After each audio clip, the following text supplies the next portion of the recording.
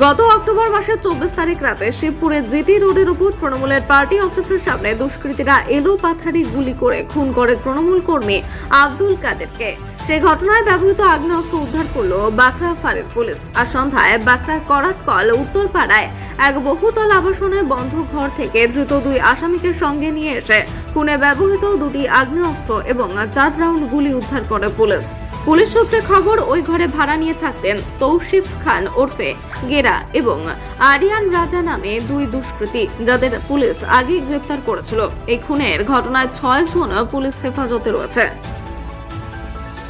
বাঁকড়া উত্তর খানপাড়া করাতকল থেকে মোটামুটি এই লোকটাকে আমরা চিনি না, এই নতুন এসছে, আমরা চিনি না। হঠাৎ দেখলাম পুলিশ আসলো, কমেন্ট দিয়ে ইনকোয়ারি করেছে, করার পর দেখছি যে ক্রিমিনাল আছে, এরম তার ক্রিমিনাল এখানে হঠাৎ প্রায় আসছে আর বসবাস করছে, সব বাড়িওয়ালারা রেখে দিচ্ছে, এইটুকুই জানি।